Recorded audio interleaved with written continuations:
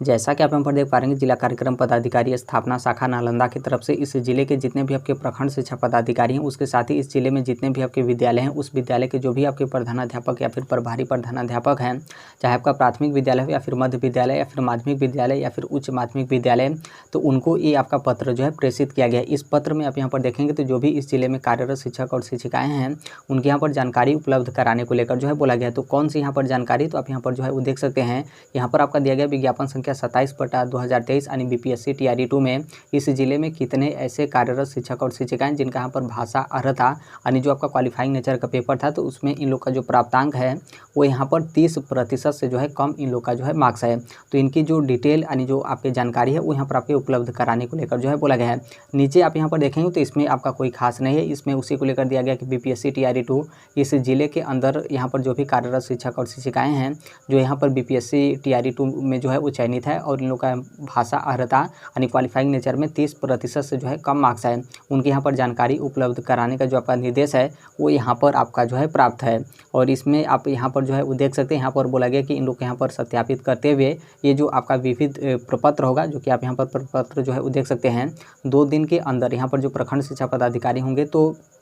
उनको यहाँ पर उपलब्ध कराना जो है वो सुनिश्चित करेंगे। कौन यहाँ पर सुनिश्चित करेगा, तो जो भी आपके विद्यालय के एचएम वगैरह होंगे उनको, फिर उसके बाद जो आपके प्रखंड शिक्षा पदाधिकारी होंगे तो उनके माध्यम से यहाँ पर जो आपका जिला शिक्षा पदाधिकारी कार्यालय नालंदा का होगा तो वहाँ पर ये आपके उपलब्ध जो है वो कराए जाएंगे। इसमें आप यहाँ पर देखेंगे तो कुछ इस तरीके से आपका डिटेल रहेगा, रोल नंबर रहेगा, यहाँ पर जो भी शिक्षक हैं उनका यहाँ पर नाम रहेगा, यहाँ पर डेट ऑफ बर्थ रहेगा और यहाँ पर बीपीएससी टीआरई 2 है वो यहाँ पर आपका रहेगा, विद्यालय का नाम रहेगा, ब्लॉक, यहाँ पर मार्क्स मतलब यहाँ पर 30% से आप लोग को यहाँ पर कम मार्क्स है, जिनका यहाँ पर 30% से अधिक मार्क्स होगा उनके यहाँ पर आपकी जानकारी उपलब्ध कराने को लेकर नहीं बोला गया है, बस जिनका 30% से कम मार्क्स है तो उनका यहाँ पर जानकारी और यहाँ पर कितने नंबर है वो और यहाँ पर क्लास कौन सा है और यहाँ पर आपके रिमार्क वगैरह जो है वो दिए जाएंगे।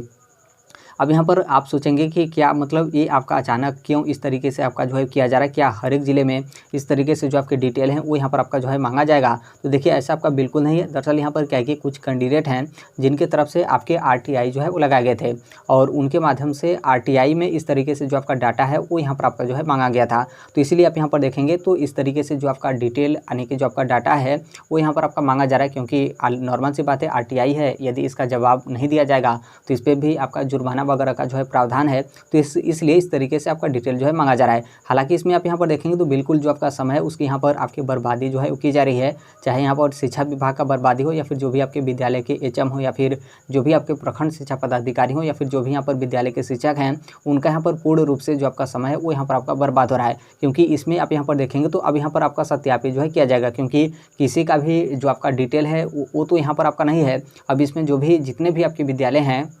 उस विद्यालय के एचएम क्या करेंगे कि उस विद्यालय में जितने भी कार्यरत शिक्षक हैं उनका अब यहाँ पर मार्क्स जो है वो देखेंगे कि आप लोग का क्वालिफाइंग नेचर वाले में यानी भाषा अर्हता में कितने आपके जो है मार्क्स हैं, जिनका भी 30% से कम मार्क्स होगा उनका यहाँ पर डिटेल इस तरीके से आपका भरा जाएगा। फिर इस पर आपका मुहर लगेगा, सिग्नेचर लगेगा, उनके जो मार्क्स होंगे उसका फोटो कॉपी जो है वो सबमिट कराया जाएगा। फिर ये आपका प्रखंड शिक्षा पदाधिकारी कार्यालय में जाएगा, फिर उसके बाद जो आपका जिला शिक्षा पदाधिकारी कार्यालय होगा वहाँ पर जाएगा। फिर उसके बाद यहाँ पर जिनके माध्यम से आरटीआई मांगा गया था तो उनको ये आपका जो है वो दिया जाएगा। तो बस वो मतलब देख लेंगे कि हम यहाँ पर आरटीआई जो है वो लगाए थे और हमको इस तरीके से जो जानकारी है वो यहाँ पर आपका जो है प्राप्त हो गया, बाकी इससे कुछ भी आपका होने वाला नहीं है। दरअसल यहाँ पर क्या है कि इनको जो आरटीआई मांगना चाहिए था वो यहाँ पर बीपीएससी से जो है आरटीआई मांगना चाहिए था, क्योंकि बीपीएससी के पास ऑलरेडी पहले से डाटा है और इसके पहले भी आपने देखा था कि एसएसटी का कई सब्जेक्ट का बहुत सारे लोग आरटीआई लगाए थे, तो बीपीएससी की तरफ से बाकायदा जो शिक्षक थे उनका नाम देते हुए कौन से कितना उन लोग का डिटेल वगैरह है हर एक चीज़ यहाँ पर आपके जो है वो दिए गए थे। तो बीपीएससी क्योंकि बीपीएससी एग्जाम कंडक्ट कराया था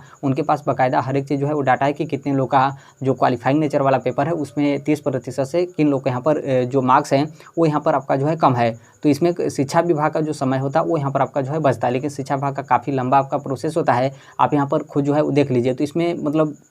आप यहाँ पर देखेंगे तो शिक्षा विभाग का जो आपका समय है वो यहाँ पर आपका जो है बर्बाद हो रहा है। और ऑलरेडी जो बीपीएससी है उनके तरफ से इस मामले को लेकर जो आपका सफाई हो या फिर जो आपका मतलब एक तरीके से जब ये आपका भाषा अर्हता को आपका शून्य किया गया था, शिथिल किया गया था, तो बीपीएससी की तरफ से बचाव में आपके जवाब भी जो है वो दिए गए थे, जिसमें आपको बोला गया था कि ये जो आपकी बिहार शिक्षक भर्ती नियमावली 2023 है तो उसमें इस तरीके से आपका प्रावधान है कि यहाँ पर जो आपका भाषा अर्हता है उसमें यहाँ पर क्या है कि विवेकाधिकार का प्रयोग करते हुए जो आपका भाषा अर्हता है उसको यहाँ पर शिथिल जो है वो किया जा सकता है। इसके पूर्व में भी आपने देखा था कि एसएसटी वाले को लेकर जब आपका आरटीआई लगाया गया था तो उसमें बीपीएससी का जो जवाब था उसको भी हम जो है वो संलग्न किए थे कि यहाँ पर आप देख लीजिए बिहार शिक्षक भर्ती जो आपका 2023 का नियमावली है उसमें इस तरीके का प्रावधान है और ऑलरेडी बीपीएससी की तरफ से इस प्रावधान के तहत आपका भाषा अर्हता को शून्य जो है किया गया था। क्या आपको लगता है कि बीपीएससी के पास ऐसा आपका प्रावधान न हो और जो आपका नियमावली या फिर जो भी आपका नोटिफिकेशन है उसमें इस चीज़ का प्रावधान न हो और आयोग की तरफ से अपने मनमर्जी से इसको आपका शिथिल कर दिया जाएगा? क्या कभी ऐसा आपका हो सकता है? कभी नहीं हो सकता है,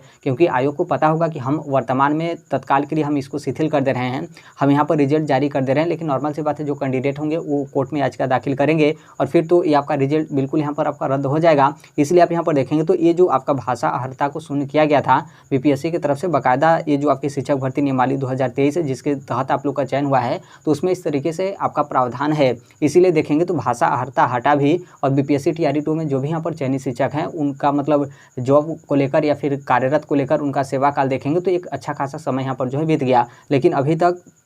कोई भी यहाँ पर जो अड़चन है वो यहाँ पर आपका जो है वो नहीं आया। इस चीज़ को लेकर कई लोग यहाँ पर कोर्ट में अपनी याचिका वगैरह जो है वो दाखिल किए थे, लेकिन उनकी जो याचिका है वो यहाँ पर आपकी खारिज जो है हो गई। इसलिए क्या होता है कि कोई आपकी जो याचिका वगैरह होती है वो यहाँ पर जब आपका खारिज हो जाता है तो उसको यहाँ पर कोई जो है वो नहीं बताता है। जब उस याचिका पे आपका डिटेल मांगा जाता है, जवाब तलब आपके किए जाते हैं, हलफनामा सबमिट कराया जाता है, तो फिर ये आपका मामला काफ़ी ज़्यादा आपका हाईलाइट होता है और बाकायदा जो भी हैं सबको पता है कि ऑलरेडी इस नियमावली में आपके प्रावधान है, तो कोई क्यों यहाँ पर कोर्ट में जाएगा। कोर्ट में आपका पैसा लगेगा, समय लगेगा, फिर लास्ट में आपका जो याचिका होगा वो यहाँ पर आपका खारिज जो है कर दिया जाएगा। तो इसमें आप यहाँ पर देखेंगे तो बस एक तरीके से जो समय है उसके यहाँ पर आपकी बर्बादी जो है की जा रही है। कोई यदि प्लस पॉइंट होता तो वो यहाँ पर आपका किया जाता तो वो आपका अच्छा रहता, या फिर जिन भी कैंडिडेट को लगता है कि ये आपका गलत है तो आप यहाँ पर डायरेक्ट कोर्ट में जो है वो चले जाइए। कोर्ट में आप जाएंगे, आप अपना पक्ष रखिएगा और यहाँ पर आयोग की तरफ से आपका पक्ष रखा जाएगा, बीपीएससी की तरफ से आपका पक्ष रखा जाएगा, फिर उसके बाद जो आपका डिसीजन होगा वो यहाँ पर आपको जो है वो देखने को मिलेगा। क्योंकि यदि इस तरीके से आप यहाँ पर देखेंगे तो आरटीआई में कुछ नहीं है, बाकायदा जिनकी तरफ से आरटीआई आपका मांगा गया होगा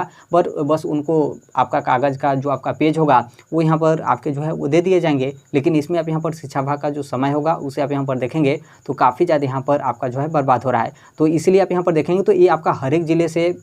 आपका नहीं मांगा जा रहा है, बल्कि जिस ज़िले में जो जिला शिक्षा विभाग के मतलब जिला शिक्षा विभाग से आरटीआई लगाकर ये आपका डाटा मांगा गया था, तो इसलिए इस ज़िले के जो जिला शिक्षा पदाधिकारी कार्यालय की आपकी स्थापना शाखा है तो उनकी तरफ से इस ज़िले के जितने भी आपके विद्यालय हैं उस विद्यालय से इस तरीके से जो आपका डाटा है वो यहाँ पर आपके उपलब्ध कराने को लेकर जो आपका कार्यालय आदेश है या फिर जो आपका लेटर है वो यहाँ पर आपके प्रेस जो है किए गए हैं। तो बस इसको लेकर यही अपडेट है। बाकी इसके संदर्भ में जैसे भी शिक्षा विभाग या फिर कोई भी जिला शिक्षा पदाधिकारी कार्यालय के माध्यम से या फिर शिक्षा विभाग बिहार सरकार की तरफ से आपके नोटिस या फिर आदेश या फिर नियमावली या फिर जो कुछ भी XYZ आपके आते रहते हैं शिक्षा विभाग से संबंधित, आप सभी लोग को पता होगा कि हम इस platform right to education India जो शेयर कर ही देते हैं। और अभी तक इस चैनल को आप सब्सक्राइब नहीं किए होंगे तो सब्सक्राइब करते बेल आइकन को जो है प्रेस कर लीजिएगा। मिलते हैं अगले नेक्स्ट वीडियो में, तब तक के लिए thank you, bye bye, take care, all the best, thank you for listening, God bless all, thank you.